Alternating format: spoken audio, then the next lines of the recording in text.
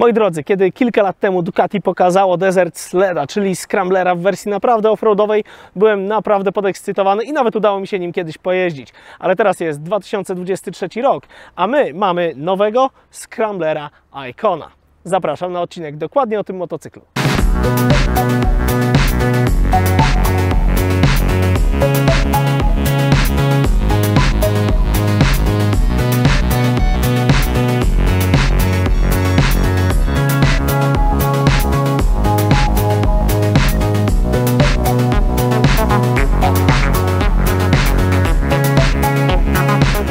To, co mamy tutaj, to jest oczywiście najnowsza generacja Scramblerów od Ducati. Zresztą nazywają się Next Gen i jak zwykle nie rozmawiam na temat wyglądu motocykli, bo uważam, że jest to rzecz gustu, to w przypadku tego konkretnego modelu nie mogę przejść obojętnie, dlatego że o wygląd w nim chodzi. Ten motocykl został zbudowany po to, żeby krzyczeć: uwaga, jestem obok, nie? Patrzcie na mnie.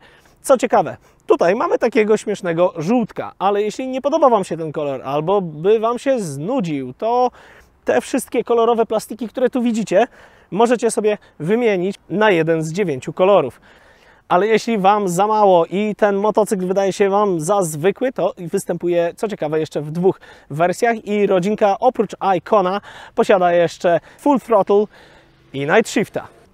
Jeżeli przyjrzycie się dokładnie detalom tego motocykla, to wszędzie znajdziecie jakiś smaczek. A to tutaj szczotkowane aluminium, a to właśnie te wymienne panele, wiecie.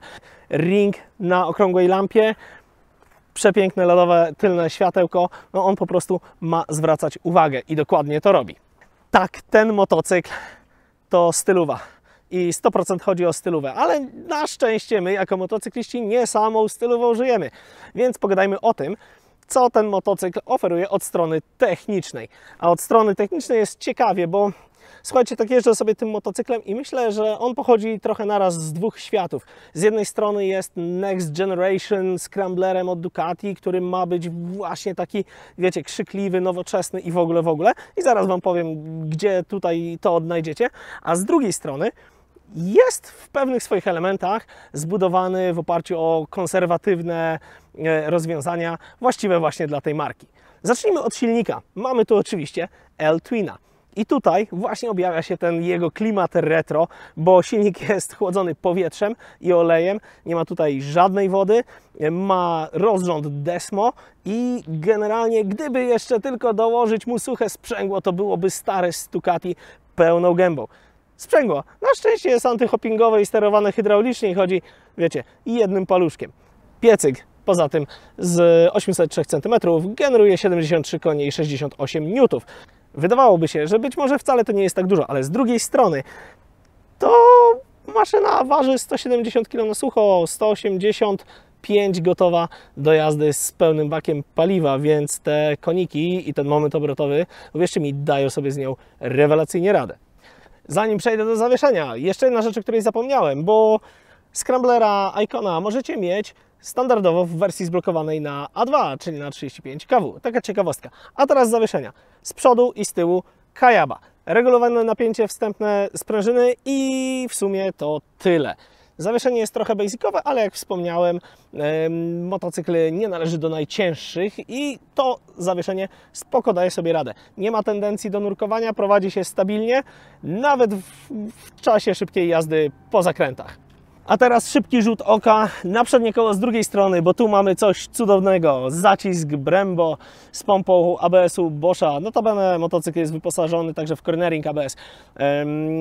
Natomiast to, co mamy tu, to 4-tłoczkowy zacisk Brembo i ogromna tarcza hamulcowa. Co ciekawe, tylko jedna. I można by było myśleć, a wiecie, tylko jedna tarcza, trochę słabo, ale wgniata ten motocykl po prostu w asfalt i zatrzymuje go naprawdę mega skutecznie.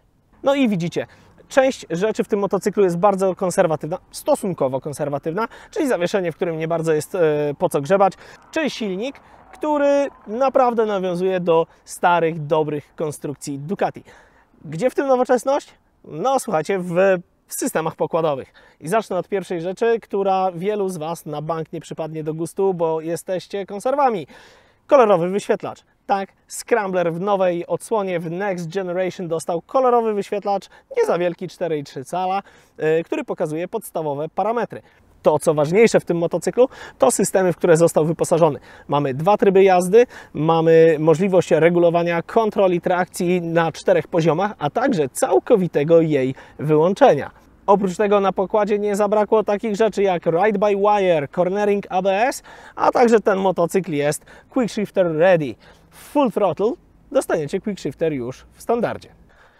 I wiecie, wszystko fajnie, można sobie gadać o tym, że ma LEDy, nie LEDy, że ma elektronikę, a może nie powinien, a może jednak powinien, a to, że ma silnik taki czy inny, czy ma mocy tyle czy tyle, tylko że tabelki kompletnie nie jeżdżą.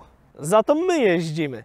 I powiem Wam, że jeżdżąc tym scramblerkiem naprawdę mam masę fanu. Tylko chyba nie do końca takiego, jak niektórzy z Was mogliby sądzić. Bo po paru dniach testów stwierdzam, że rewelacyjnie prowadzi się nawet w szybkich łukach, tam gdzie przesadzacie z prędkością. Z tą prędkością jednakowoż nie będziecie przesadzać, dlatego że motocykl nie oferuje oczywiście żadnej ochrony przed wiatrem, no bo po co? Jest scramblerem. Bardzo przyjemnie cruzuje sobie na prędkościach rzędu 100 km na godzinę. Z takim brapowaniem i dynamicznym wyprzedzaniem ten motocykl nadaje się rewelacyjnie. Zrzucacie dosłownie 2 biegi, odwijacie i jest brup, świetnie jedzie.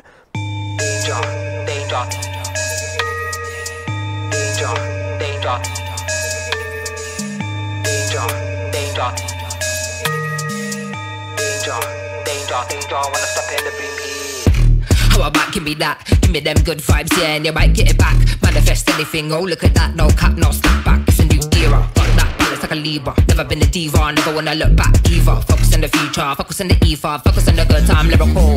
Complex like a spider, swim deeper. Jump on the decks, that might will get eat up. Strong flows and make a man weaker. Mash up the set, then go put my feet up. Complex like a spider, swim deeper. Jump on the decks, that might will get eat up. Strong flows and make a man weaker. Mash up the set, then go put my danger.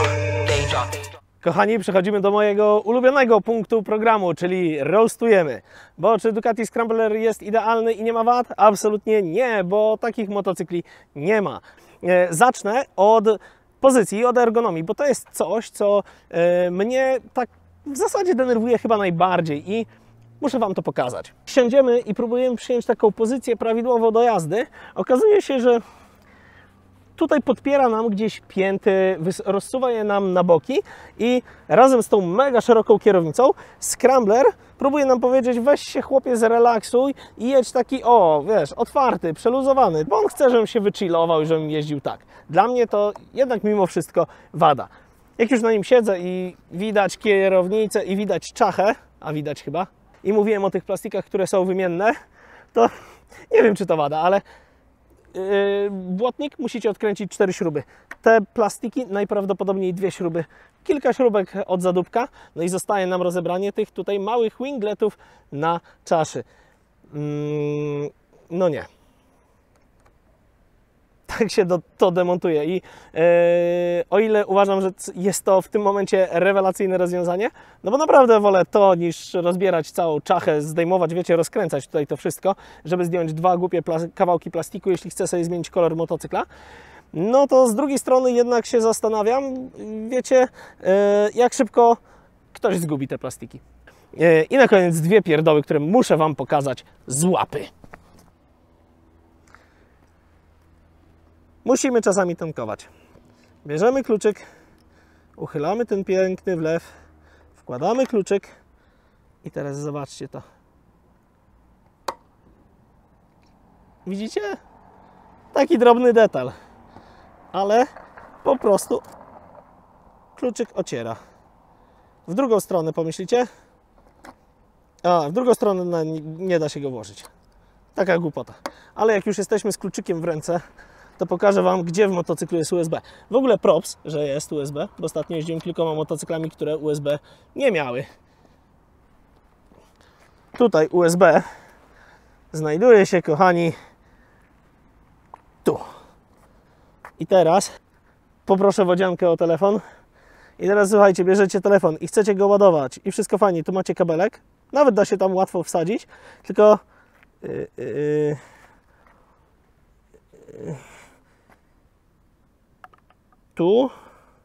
tu, może. I teraz